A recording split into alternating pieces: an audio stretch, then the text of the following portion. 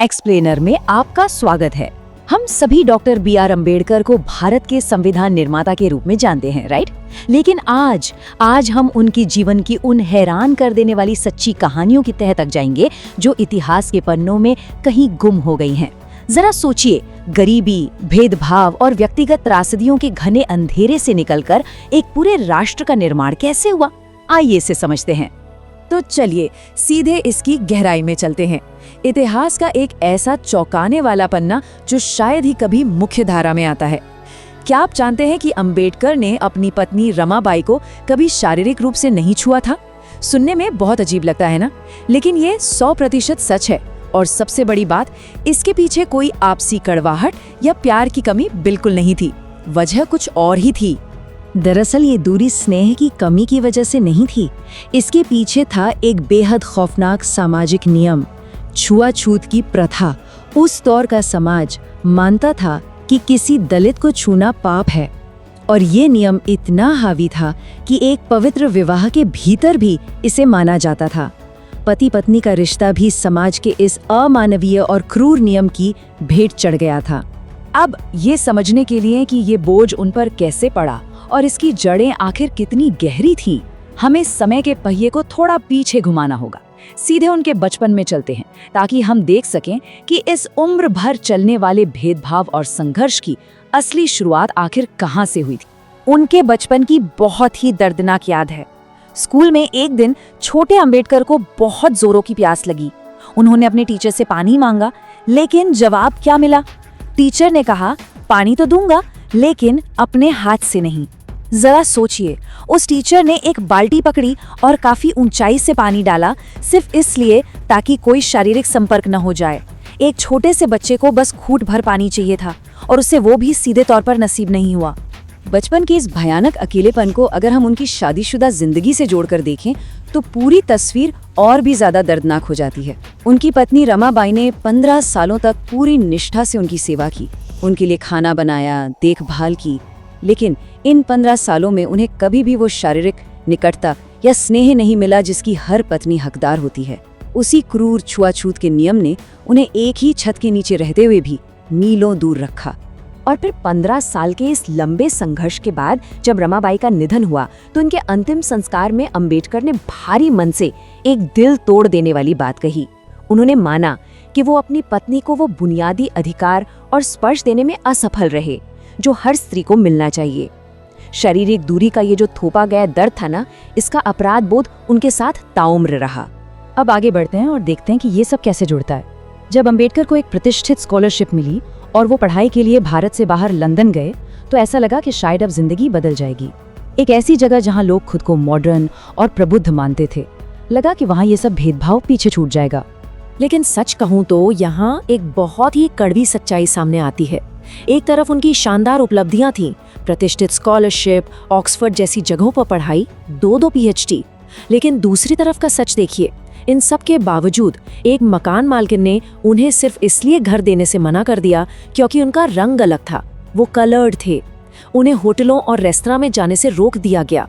मतलब लंदन जाने का वो सुनहरा सपना एक भयानक नस्लवाद का दुस्सपन बन गया था। लेकिन हार मानना तो उन्होंने सीखा ही नहीं था।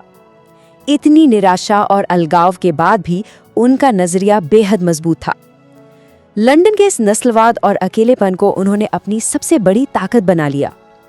उन्होंने ठान लिया कि अगर दुनिया उन्हें इंसान नहीं मानती तो वो खुद को बौद्धिक रूप से इतना विशाल बना लेंगे कि पूरी दुनिया को उनके सामने झुकना ही पड़ेगा।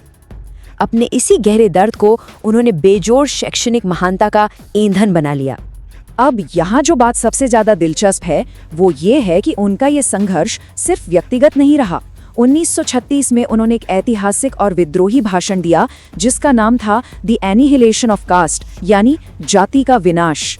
इसमें उन्होंने बिल्कुल साफ शब्दों में कह दिया कि जाति व्यवस्था एक गंभीर बीमारी है और इसे जड़ से खत्म करना ही होगा। और फिर वही हुआ जिसकी उम्मीद थी, भयानक विरोध। इस भाषण को तुरंत धर्म विरोधी करार दे दिया गया। ब्राह्मण संगठनों द्वारा सड़कों पर उनकी किताबें जलाई जाने लगी। बात यहाँ तक पहुँच गई कि उन्हें हजारों की संख्या में धमकियों भरे खत मिले जिनमें जान से मारने की बात कही गई थी। समाज के एक बड़े वर्ग ने इस विचार का कड़ा विरोध किया। हजारों पत्रों में उन्हें सीधे तौर पर मरने के लिए कहा गया, लेकिन क्या वो डरे? बिल्कुल नहीं। वो 1 इंच भी पीछे नहीं हटे।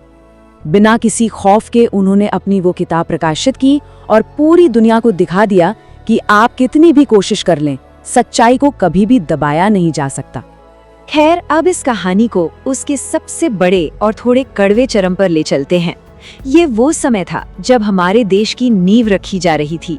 राष्ट्रीय संविधान का मसौदा तैयार हो चुका था और उस पर हस्ताक्षर किए जा रहे थे।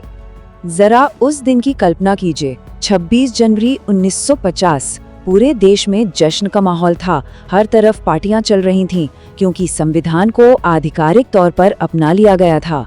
अंबेडकर को उस पर साइन करने के लिए बुलाया गया था। लेकिन उस पूरे देशव्यापी जश्न के बिल्कुल उलट अंबेडकर अपने घर में बिल्कुल अकेले बैठे हुए थे। तो यहाँ सबसे अहम बात यह है कि उस ऐतिहासिक दिन भी उनके मन में गहरी निराशा थी।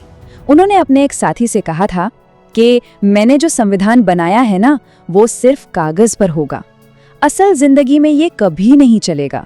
उन्हें ये भली भांति पता था कि नियम तो बन गए हैं, लेकिन समाज में दलितों, महिलाओं और गरीबों को अभी भी शोषण का सामना करना पड़ेगा। ये कितनी गहरी बात है ना। इन सब के बाद अब हम उनके जीवन के अंतिम दिनों से जुड़े एक बेहद चौंकाने वाले तथ्य की ओर बढ़ते हैं। एक ऐसा छिपा हुआ मैसेज जो शायद ही कभी मुख्यधारा की चर्चाओं में आता है, लेकिन ये बाबा साहब की असली और सच्ची विरासत को हमारे सामने रखता है। अपनी मृत्यु से ठीक पहले उन्होंने एक आखिरी नोट लिखा था, जो आपको किसी आम किताब या भाषण में आसानी से नहीं मिलेगा। उन्होंने साफ साफ लिखा था कि अगर उनके जाने के बाद कोई उनका नाम लेकर राजनीति करता है तो वो पूरी तरह से गलत है, क्योंकि उनकी लड़ाई हमेशा इंसानियत के लिए थी, राजनीति के लिए नहीं। ये एक ऐसी ऐतिहासिक सच्चाई है जिसे आजकल के राजनेताओं द्वारा अक्सर पूरी तरह से नजरअंदाज कर दिया जाता है। और ये बात बहुत ही शानदार तरीके से दर्शाती है कि कैसे एक व्यक्ति ने अपनी जिंदगी की इतनी गहरी और व्यक्तिगत त्रासदियों के बीच से पूरे आधुनिक समाज का ताना बाना बुन दिया। ऐसे अधिकार सुरक्षित किए जो आज हम सबकी जिंदगी को आकार देते हैं। आज अगर लड़कियां स्कूल जा पा रही हैं, महिलाएं नौकरियां कर पा रही हैं और दलितों को उनके मौलिक अधिकार मिले हैं, तो ये सब उसी इंसान के संघर्ष और उस महान सपने का ही नतीजा है। तो इस पूरे एक्सप्लेनर के अंत में एक बहुत ही गंभीर सवाल हमारे सामने खड़ा होता है। क्या समाज से वो बीमारियां जिनके खिलाफ उन्होंने अपनी पूरी जिंदगी लगा दी, आज सच में पूरी तरह खत्म हो चुकी हैं? क्या डॉक्टर अंबेडकर का सच्ची समानता का वो सपना आज के इस मॉडर्न समाज में वाकई साकार हो पाया है? ये एक ऐसा सवाल है जिस पर हम सभी को ठंडे दिमाग से सोचना चाहिए। इस चर्चा में मेरे साथ जुड़ने के लिए आपका बहुत बहुत शुक्रिया।